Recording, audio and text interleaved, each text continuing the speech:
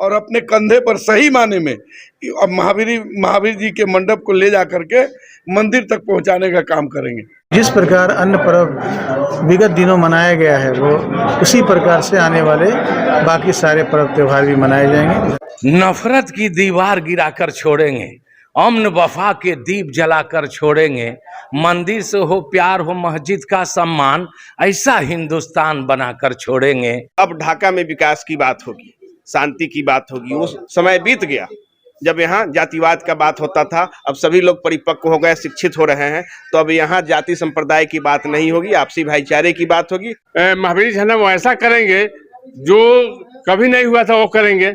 इससे स्पष्ट होता है कि ढाका में है कि नई सुबह आगाज होने वाला है। महावीर झंडा और सर ये नागपंचमी को लेकर के क्या क्या तैयारी की गई विशेष? नहीं, बिल्कुल पिछले विगत सारे पर्व त्योहार जिस माहौल में हमारे अनुमंडल क्षेत्र में मनाए गए हैं, आगे आने वाले जो भी पर्व त्योहार हैं, चाहे वो नागपंचमी की का हो या फिर जलबोजी का हो या और भी कोई पर्व त्योहार हो, उससे संबंधित सिविल सोसाइटी के साथ बात करना ज़रूरी हो जाता है। उससे इनपुट्स की प्राप्ति हो जाती है, कुछ नागरिक की जो सुविधाएं हैं उस पर बात हो जाती है। और चूँकि हमारा ढाका आउटसाइड द ढाका एक संवेदनशील स्थान के रूप में माना जाता है, तो उस चीज़ को एक बार विचार करने के लिए ये शांति समिति की बैठक बुलाई गई थी।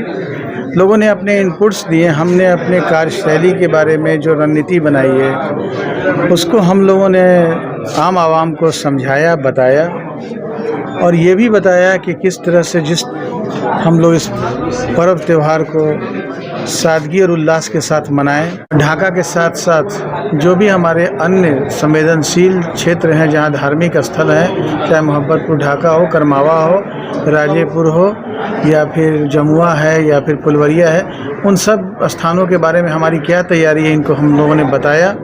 इसके अतिरिक्त जो प्रशासन की तरफ से जो दिशा निर्देश जारी किए गए हैं उसके बारे में भी उनको बताया गया है और इन सब चीज़ों को लेकर के लोगों ने आश्वस्त किया है कि जिस प्रकार अन्न पर्व विगत दिनों मनाया गया है वो उसी प्रकार से आने वाले बाकी सारे पर्व त्योहार भी मनाए जाएंगे। सुरक्षा को लेकर किस तरह की तैयारी है? सुरक्षा को लेकर के हमारी तैयारी पूर्ण है।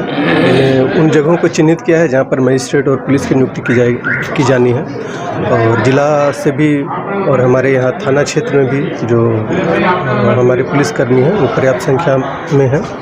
तो हम समझ रहे हैं कि ये जो हमारा आने वाला पर्व है वो शांतिपूर्ण गुजरेगा। जो असामाजिक तत्वों के लोग हैं उन पर कैसे नजर रहेगी? उन पर निरोधात्मक कार्रवाई की गई है, पर्याप्त मात्रा में, पर्याप्त संख्या में लोगों पर 107 की कार्रवाई की गई है और जो डीजे वगैरह हैं उन पर भी हम लोगों ने निरोधात्मक कार्रवाई की है। हाल ही में मुहर्रम को काफ़ी शांतिपूर्वक तरीके से मनाया गया था, आपसी भाईचारा का मिसाल देखने को मिला और खासतौर पर आपके द्वारा ये कहा गया था कि महावीर झंडा को हम अपने कंधे पर लाद करके पार कराएंगे।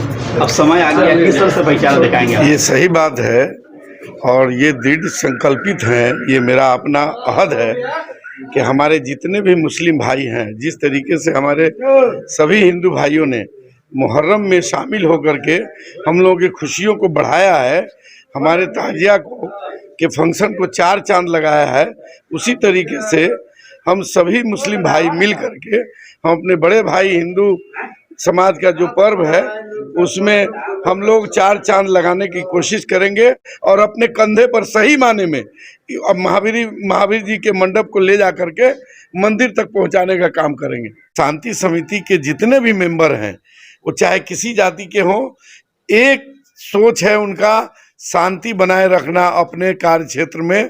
कहीं भी कोई हिंदू और मुसलमान नहीं है, ये सब हो कि हमारे जितने भाई इसमें बैठे हैं, कुछ गार्जियन भी हैं, कुछ हमारे बड़े भाई भी हैं, कुछ छोटे भाई भी हैं, सभी की सोच एक ही है कि यहाँ शांति रखना है, यहाँ कोई भी विवाद नहीं होगा। पहले जो हो गया सो हो गया, अब ऐसा कभी कुछ होने को नहीं। जिस तरह से मुहर्रम का जुलूस शांतिपूर्ण संपन्न हुआ, हमको आशा है, उम्मीद है कि ये भी जुलूस शांतिपूर्ण संपन्न होगा, वहीं से कोई बात नहीं होगी। हम ढाका के लोग एक साथ रहते आए हैं, आगे भी रहेंगे। कहीं से समिति के लोग किस तरह की तैयारी किए हैं? शांति समिति के लोग तो किस तरह का तैयारी किया था मुहर्रम में बता दिया है। इस महावीरी झंडा में भी बताएगा। इसमें तो फिर उसके बाद जलधड़ी का प्रोग्राम है, उसको सब लोग मिलजुल कर हम लोग काम करेंगे और ढाका में एकदम शांति बना रहेगा। इसमें कहीं से कोई साहब जिस तरह से मुहर्रम में आपसी भाईचारा देखने को मिला था, उससे झंडा बिल्कुल नजदीक महावीर झंडा में उससे बढ़ चढ़ के भी देखने को मिलेगा। क्योंकि अब जो है ना ढाका का लोगों का सोच समझदारी में फर्क आ रहा है। कोई अब झंझट नहीं चाहता है। हर आदमी जो है कि विकास की ओर देख रहा है, ढाका के तरक्की के लिए देख रहा है, ढाका का नाम रोशन कैसे हो इस पर लोग विचार कर रहा है। जिस तरह से मुहर्रम में एक आपसी भाईचारा का मिसाल देखने को मिला था, और ये भी दावा किया जा रहा है कि इस बार चुनाव काफी अच्छे से लौटाया जाएगा। मुहर्रम में हम सभी शांति समिति के सदस्यों ने काफ़ी बढ़ चढ़ के हिस्सा लिया। सभी जगह हम लोगों ने जहाँ जहाँ से मुहर्रम का जुलूस गांव कस्बों से निकलना था, वहाँ हम दोनों समुदाय के शांति समिति के सदस्य वहाँ रहकर जुलूस का नेतृत्व करते हुए करबला तक लाए थे।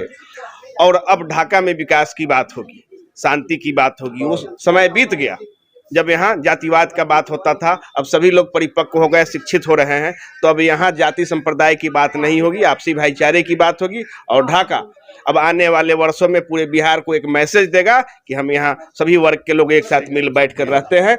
देखिए, मैं अंजार खान ढाका, मैं यहाँ हिंदू मुसलमान का न कोई भेदभाव रहा है, न कोई नफरत रहा है। हम सब एक ही बर्तन में खाते हैं, एक ही छत के नीचे बैठते हैं। हमारे में कोई भेदभाव नहीं। हम मुहर्रम भी का ताजिया भी मिलजुल के हिंदू मुसलमान शरीक होके मनाए हैं, और महावीरी झंडा को भी बिना भेदभाव के हम लोग मिलजुल के खेल के और समापन करेंगे।